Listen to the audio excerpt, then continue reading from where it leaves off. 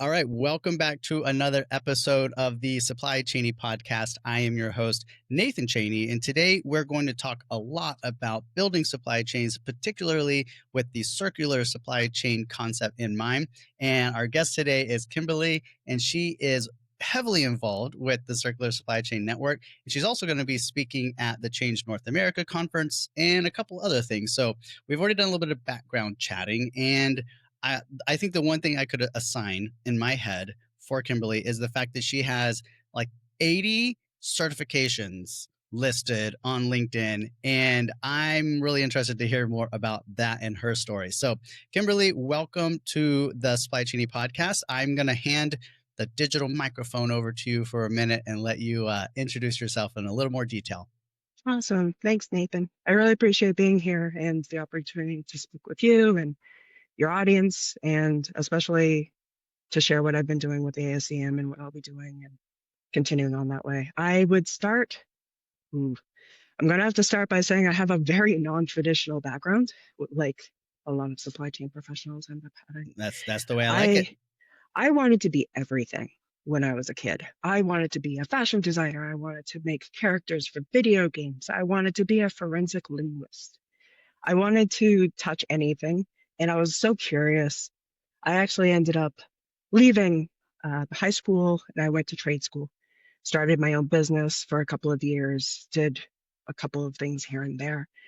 Eventually, I was reading an article online about carbon fiber, and totally random, but I was hooked on it. This is really interesting. The properties it has, like the ability to create an elevator to the moon someday with this type of thing, was really interesting to me. So I pivoted, taught myself algebra to go back to college or just start. And I got a degree in engineering. And through mentorship and the really good relationships that I made, I was able to get a scholarship into Northeastern University, where I went in for chemical engineering. My first day, I met a professor who was going through potential projects, and she touched on batteries, and she's like, this is what I do. And I'm like, cool, I'm doing that. And she's like, I'm an electrochemical engineer. I'm like, cool. I have no idea what the heck that is, but I like it. Let me get curious about this. Ended up working for her and her lab the entire time I was at Northeastern. She even ended up helping me get to my master's program in new energy engineering. So my technical background in engineering is batteries, fuel cells, energy storage.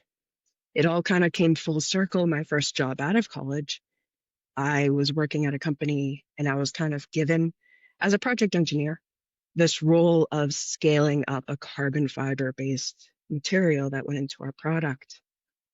And it was my first time getting immersed in sourcing and logistics and contract manufacturing and all of the ins and outs of how do you make something that you make a couple of them, and then you make thousands of them or hundreds of thousands of them.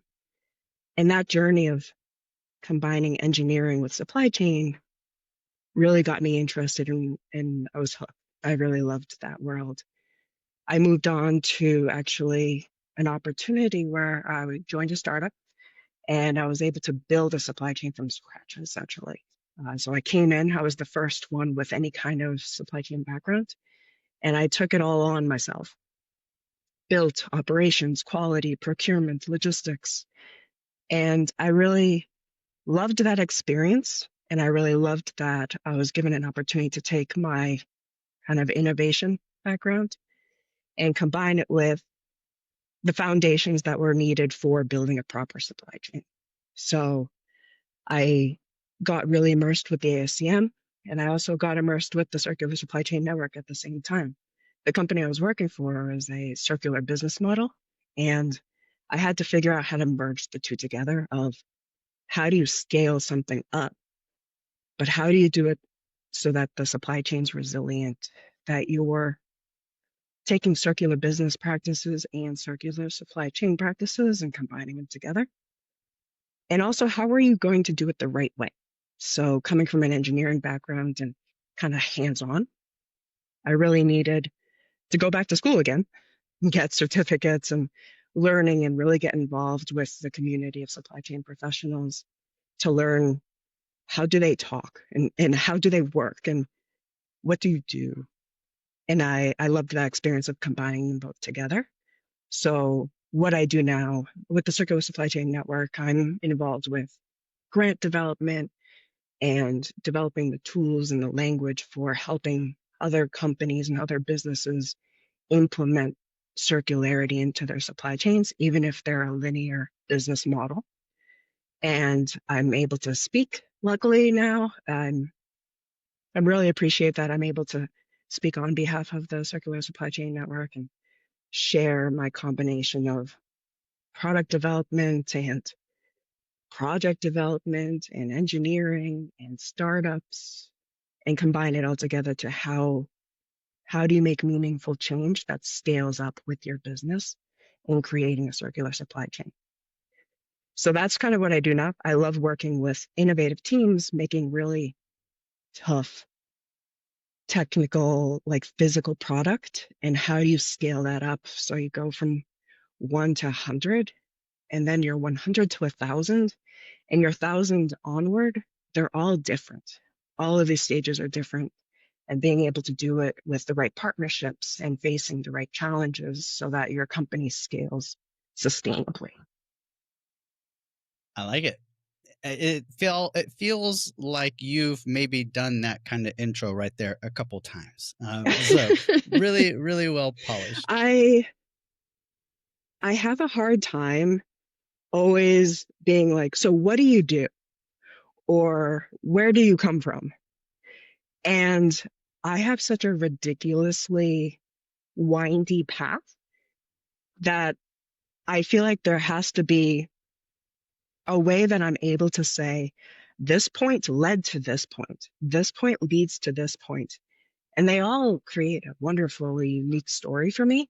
And that makes sense. I don't want to be like, I just fell into this. Like every every step I took was one foot in front of the other and led me down a road that was fulfilling and oh my God, do I have regrets? And do I have opportunities that maybe I should have taken or maybe I shouldn't have taken? And I love when I can tell a story to someone and say, this was a pivotal moment in my life. I made a decision at a fork in the road and it changed everything for me. And I have lots of them. And I love that. I love being able to say, like, this went here instead of here, and this went here instead of there. And I think that means a lot for a supply chain professional too, because it makes for me to be well-rounded. I've experienced a lot of strange things and I can call on them and I can relate to people and I can be empathetic to all people that I've spoken with. And especially in an industry where partnerships and relationships matter so much, being able to relate to other people because I have a strange background makes it. I like it. I think it works. I 110% share the exact story, sort of like life story with you. So that's really, really cool. And I feel like, I don't know if it's a generational thing or whatnot, but it's sort of just like taking the lemons that life throws at you and figuring out the best way to make the best lemonade cocktail at the end of the day with all of that. Um, Definitely. a question for you, and you kind of maybe set this up for yourself, but a while ago you said, "Oh my gosh, do I have regrets?" So one of the things I like to ask everyone, because I think it's one of those fork in the road type stories, right? Yeah, Can you pull one of those out and share one of those regrets with us, maybe? sure. I think something that really matters to me a lot is I'll never say live your life without regret. I don't follow that mantra at all. I think regret is a motivator. I think regret is something that gives you context for the meaningful experiences that you have in life. And I made I made choices where it was a conscious choice to not do certain things until I was later on in my life. That I do think, like at my age right now, some days I'm like, I'm 10 years behind where I need to be. And what does that even mean? What does need to be even mean? But I still do it to myself. I definitely do it to myself of if only I'd changed paths earlier, if only I'd figured this out sooner. And that's why I have to go through that whole spiel of every step I took and every fork in the road led me to a different place. And that matters for me to say right now, I didn't try hard enough. So I'll try harder next time. I didn't do this thing or I didn't take that opportunity. So I'll take the next one because that's what regret does for you. It gives you that context of being like, well, if I feel bad about what I did, I won't do it again, or take that jump next time. So I would definitely say my bigger regret, if I keep hitting myself in the head for, is not making some of the changes I did earlier, like going to school a little bit earlier. I think I would have liked that if I could go back and be like 10 years younger, but as smart as I am right now. Yeah, that'd be great. I think a lot of folks would like to have that gift of as wise as I am now, but 10 years ago. That's a little bit like I wish I had a crystal ball. Um, Yes. it's that sort of deal. You've said a lot of like wise and insightful things here so far, Kimberly. I'm curious, do you have a particular quote or book that you gravitate to or that you point to people to, in any kind of sort of different use cases? I do. And it's funny because I keep it on a notepad wherever I go, like in an office. It's always nearby me. And I actually only have the awkward translation of it. Um, the author of The Petite Prince made this quote, and it's akin to you can hire somebody to weave the canvas for your sales. You can have somebody do the tree cutting with an axe, and someone's going to forge your nails, and someone's going to chart the stars to navigate for you. And all of them come together, and all of it will be one. But that's not the point. The point isn't to say building a boat isn't about getting the canvas together, forging the nails, or reading the sky. It's about giving the shared tasks and the shared taste of the sea. So you don't hire these people, you don't get these people together because you tell them to do a task. You teach them to long for the immensity of the sea. And there's nothing better than the community of love associated with a shared mission. And that's what the quote is in rough English translation. And I live by that because that's how I followed my journey. It's being curious and falling in love with something and then like latching onto it and wanting to be a part of that. And a lot of that has to do with the teams that I've built as well. Of I'm not going to tell you go do something. I'm going to tell you why it matters. And I think that's a big part of me and a big part of how I move forward too. I like it. I not there's the cliche of the Simon Sinek and the why and what's your why and also you just did that but with a little more elegance and a little more context storytelling with it. You just mentioned a while ago about building teams and whatnot, and I think about this point of the podcast is where we start jumping into now. Walk me through your resume. Sometimes a podcast is a lot like an interview, job interview. So could you kind of, in a few minutes, kind of walk us through what, maybe a little bit more in detail, maybe a little bit more in more recent things that you've done in the supply chain space? Sure. So I'll make sure I'm straightened up and I'm good for my interview moment. I did work in a couple of tech spaces recently after leaving my master's program. And even before my master's program, I think something that isn't as highlighted as well on my resume was the fact that I worked really hard between my bachelor's and my master's to save up money. I worked two jobs. I worked in regulatory and I worked in transcription work. And I was really, really motivated to get to my master's program and really move to my next stage.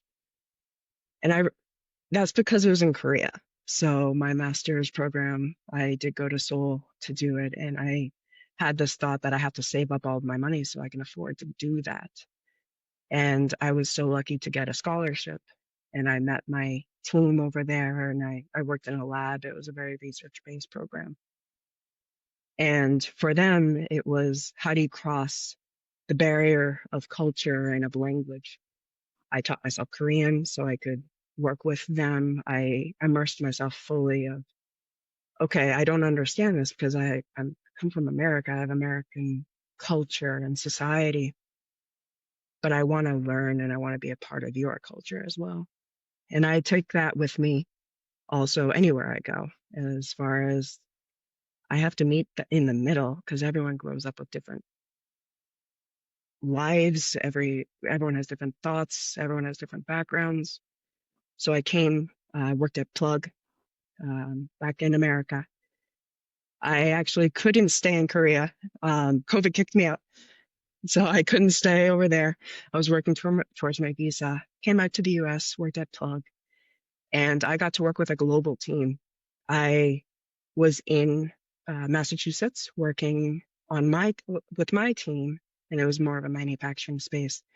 But my supply chain, it was global. I was talking to people in Europe. I was trying to work with team members in Europe. I was trying to get a supply chain up and running from where I was and having no idea.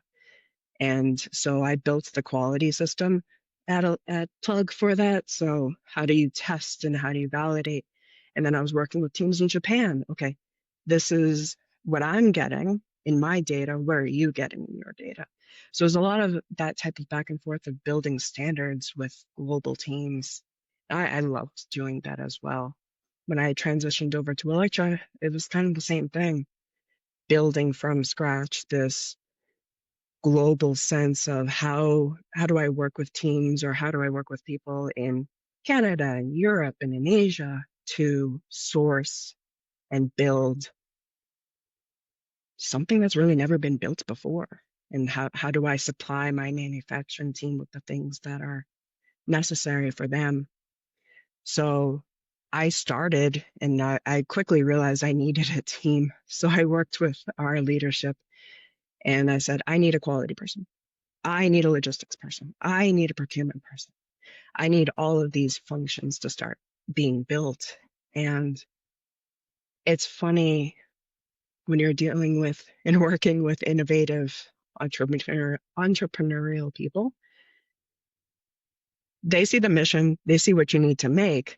They don't see the little like minutia. They don't see the little things that you need to build in the process to make that end goal. So when it was like, why do you need a quality person? Like, what does that matter? Or why do you need this person to build a warehouse? We don't need that. We need a product. And it takes a lot of working with and communicating and meeting people in the middle and speaking other people's language. Like you really have to be a chameleon to build that. So I was able to build this team and all the way up until my role at Electra changed over to, all right, we're not working on just the supply chain, but now we need a bigger facility. Like we need to be able to make more. We need to be able to scale. So I was working with engineering, procurement, and construction teams working on how do we build a whole new warehouse at 130,000 square feet. Before we had like a little tiny space. But now how do you make a bigger space and how do you build it out and what do you need to hire and what suppliers do you need? And that was very exciting for me at Electra, being able to take this concept of, all right, we got a really tiny supply chain. Now we need a big supply chain. We need to bring people in to help us build something essentially from scratch. That's and I would imagine there's just a little bit of, and whenever I hear that, I'm thinking in the back of my head, software and ERPs and visibility and Yep. ordering and purchase controls and payment and everything. So, do you have any like in this sort of area? because you're kind of going from 0 to 50 or something for with someone's supply chain. Like tech stack sort of like go-tos of folks that you like to bring in and be like, hey, this is my guy for this particular function. Like any one you want to shout out to, I guess, out there as far as partners or folks that you like to work with? I loved all the members of my team, and I loved all the EPCs I worked with, I would say. You brought up a really good point, I think, on the kind of IT side of things. I built our first procurement system out of Asana from scratch. How do you do approvals and how do you do those types of things? And that that was fun. And then we moved on to NetSuite. And I think every step of the way, we had our VP of financing at Electra. I would say he gave me a lot of grace and also a lot of, yeah, go ahead and do it, because I would always be in his office like, we need NetSuite, or we need this, or we need this type of solution. And he'd say, all right, let's figure out how. Let's figure out who we need to talk to. And he saw in me what I was supposed to be doing, and he saw the steps that I was taking and the progress I was making. And it was him and our CTO at the time that actually suggested to me to get certified in any type of supply chain. They didn't know. They didn't know what it would be for supply chain certificates. And I had done my research and I found the Association for Supply Chain Management, and I found out about their CSCP course, and they were like, yes, that's exactly what you need. You need foundational knowledge because you know how to do everything else. You need to figure out how to do supply chain. So that I think they were both very important to me. I like that. It makes sense that NetSuite seems to be like that, sort of at that tier of kind of a first ERP. That makes a lot of sense. And cool for you to build something from scratch on your own in Asana. Like that's just getting rolling up your sleeves and making it happen, right? Yep. Um, Got to do it. In a startup, that's what you got to do. That's it.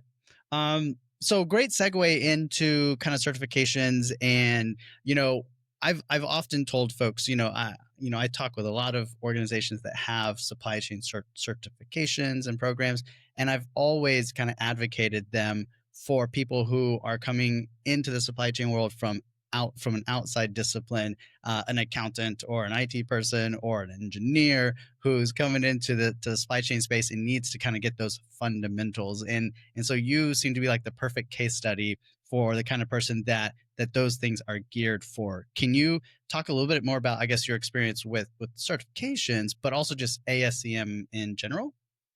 Sure. So, like I said, I had done the kind of background research on where I needed to go or what type of certification to do. And I am an engineer and I do have a research background, so it was very thorough. I laid out all the pros and all the cons and how long of a commitment it would be and what it would take for self study, because I needed to have it be a self study situation for myself. I'm flying the plane and building it at the same time. So I needed a program that kind of worked with me on that. And I came across the Association for Supply Chain Management. I had no idea about the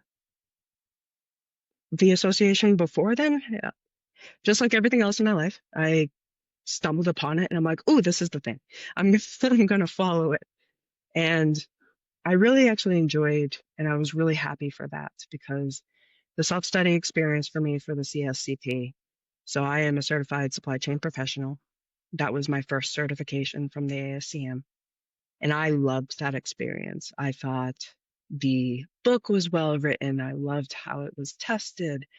I loved the entire experience. And as I was going through the motions, I started connecting with people and figuring out who people were at the ASCM.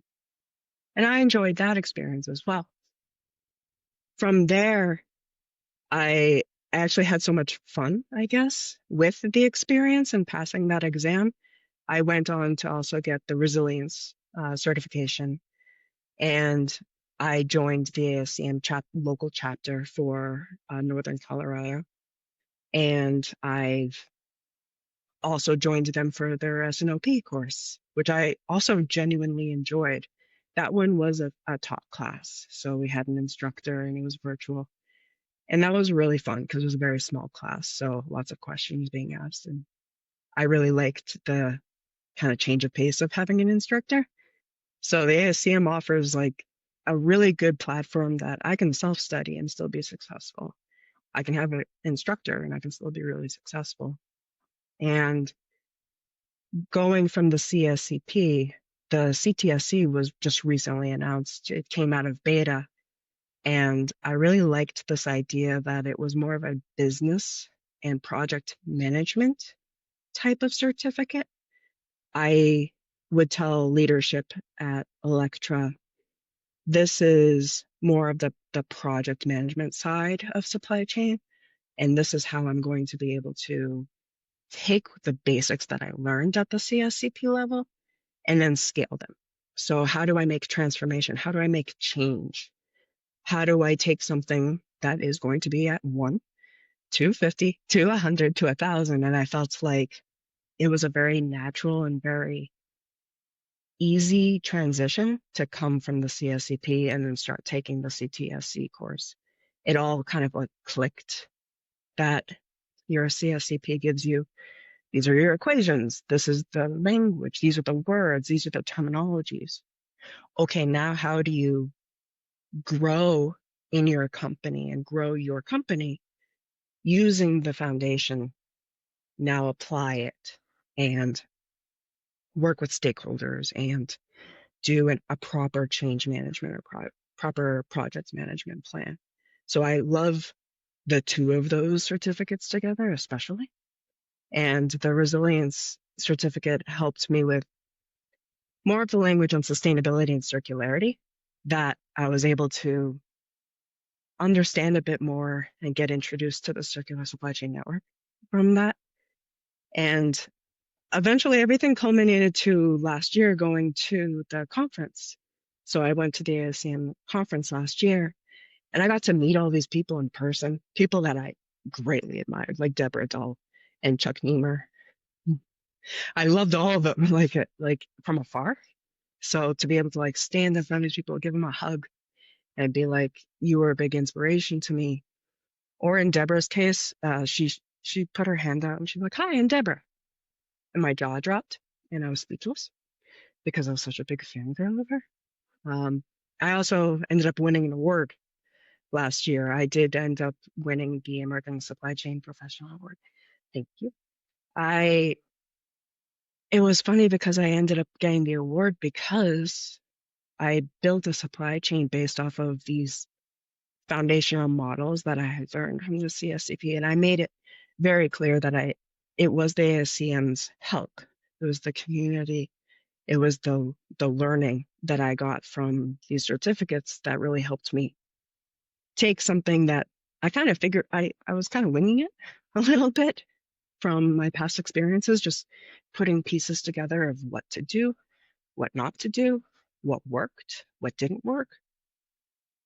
But the CSCP and the ASCM gave me this language that I could put it into actual terms that the entire industry understood, or proper step by step of like, this does this and you need to put this over here. And it really helped to like fit together a puzzle for me.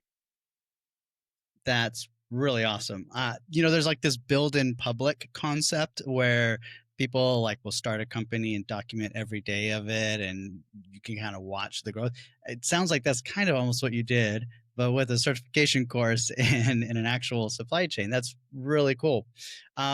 You said the word change. How do you lead change a while ago, which just so happens to be the new branding for ASCM's annual conference. So it's change.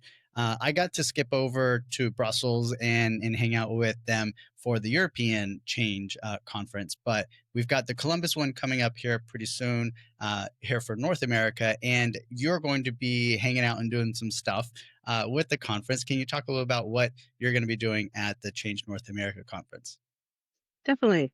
And it's actually a very good name. I think change it's a good choice, especially now.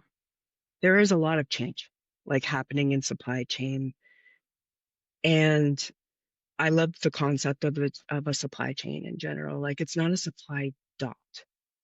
It's constantly moving. It's all of these links that need to come together. And I really love this idea of joining and being a participant this year at the conference because my topic is combining my love of everything, I guess, of the project development side of things, circular supply chains, and partnerships, like building relationships and building partnerships for a supply chain.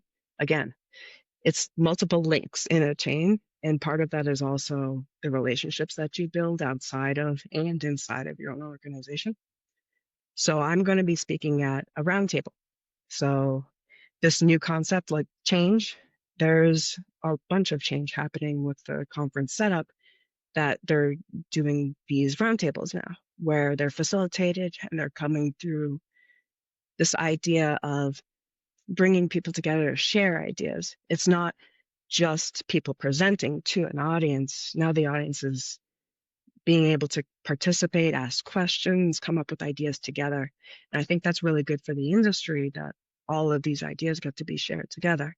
So I'll be facilitating one on circular supply chains and how you can embed circularity into your supply chain, even if your business model is linear. If you don't have a circular business model, where can you start making meaningful transformation inside of your own company from pilot all the way to a production type of scenario? So implementing project management and some of the things that I've learned from the CTSC and how I've applied them, I'm going to try and facilitate more people to be involved with embedding circularity in their own supply chains. I like it.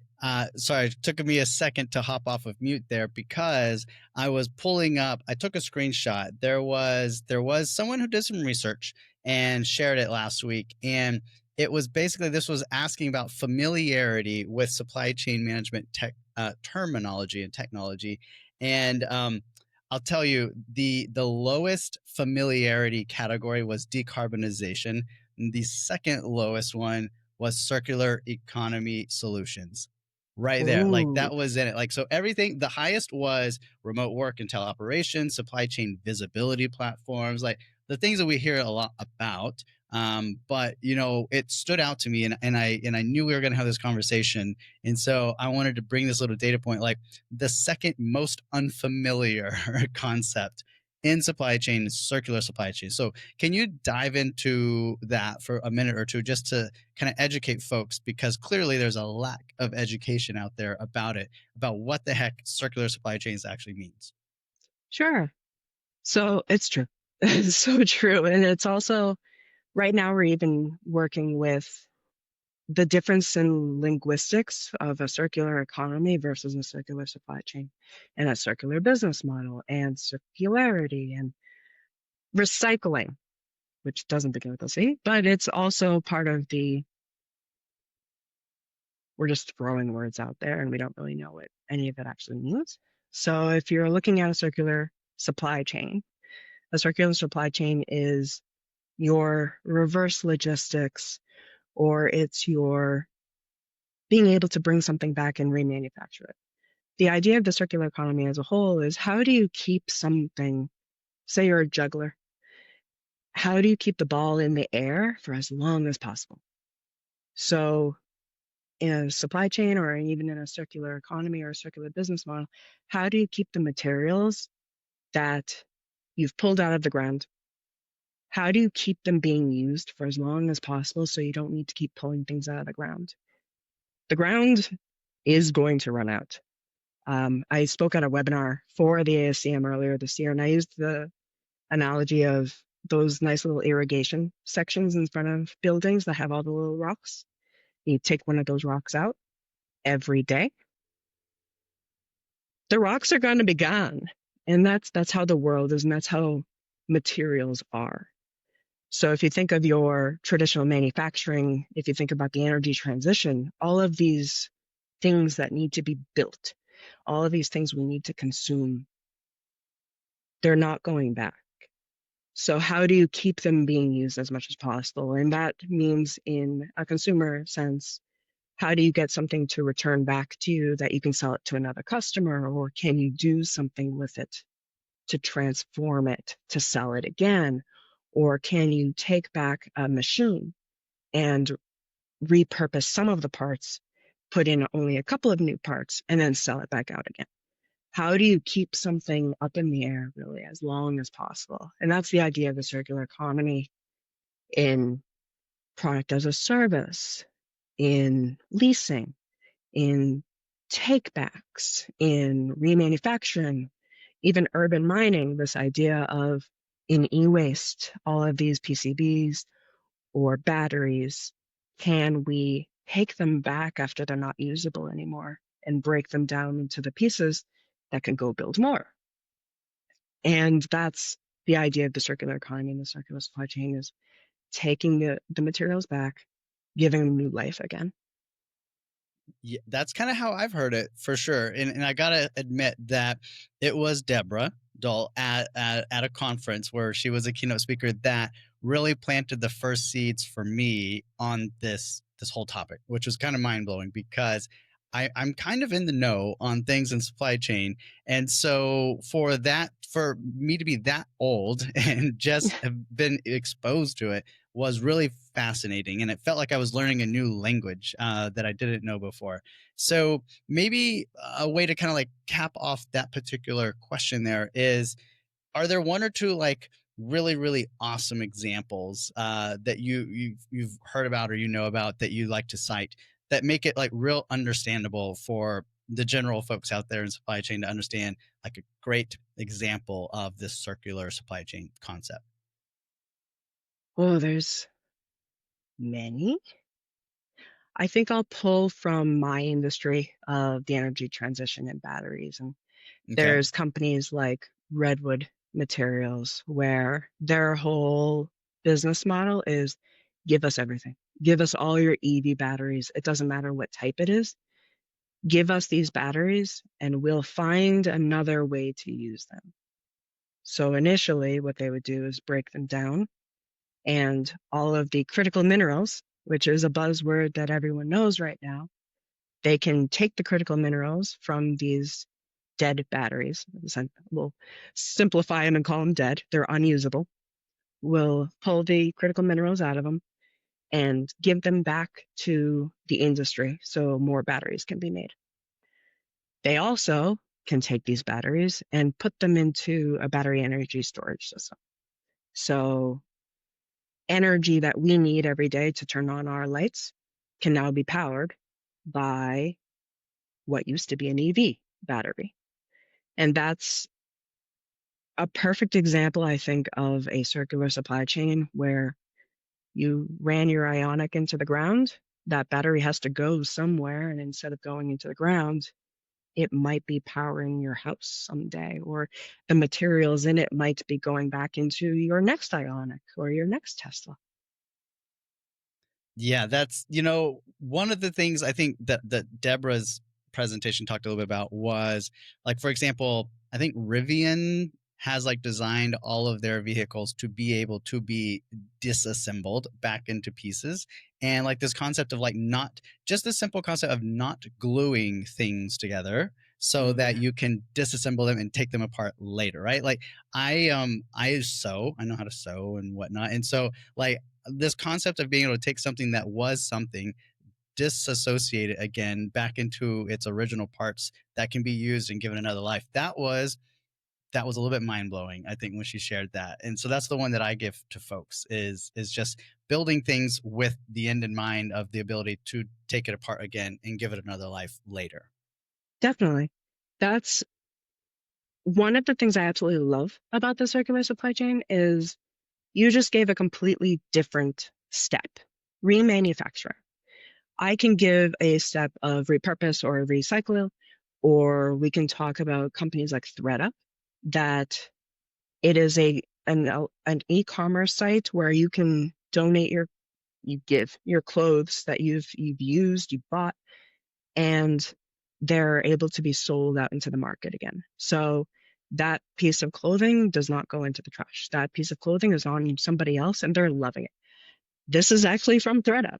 All of my clothes are from ThreadUp. I love that model as well. There are so the if anyone reads is listening to this can read and look into the Ellen MacArthur Foundation. They have the butterfly model for the circular economy. There is a technical side, which is where I live and I love being inside. There's a biology side. I am horrible at ag world, but the same concept applies of Deborah loves mycelium, for example, which is a mushroom, and it's the roots, like husk part of a mushroom, and it can be used in replacement of styrofoam. So you can have your packaging being made of mushroom, and then once you've opened up your package and you take whatever you have, you can throw it out into your yard and it composts instead of styrofoam or these plastics that could be damaging or live on for all of eternity. That's another example of the circular supply chain or the circular economy is how do you just make things go back into the earth, or how do you make something continue living on the earth that you don't have to dig into the earth anymore? And there's so many of them. They're so varied. That's the really exciting part about it. Uh, I think it's extremely exciting. And I also think that we could continue this conversation for much longer, but unfortunately, you know, we got to end it somewhere. I think this is a good spot, but maybe we got to do this again someday and dive a little bit deeper into it. That'd Um, be great. Kimberly, any just last comments before we adjourn for today? I think for anyone coming to change, come say hi. I'll be there and feel free to connect with me. I love sharing stories. And I think that's an actually important thing is that people are able to create their own story in supply chain and make it as strange and as varied as completely possible. And I think that's what makes a lot of color. And I think that's what makes the community for supply chain really memorable and really exciting. It takes all types. I agree. And that's a big part. The more weird and strange and exciting a person's career in supply chain is, the better podcast guest they are, I say. So thanks for coming on and sharing some of your experience and expertise with us. And well, I'll see you soon. Definitely. Thank you.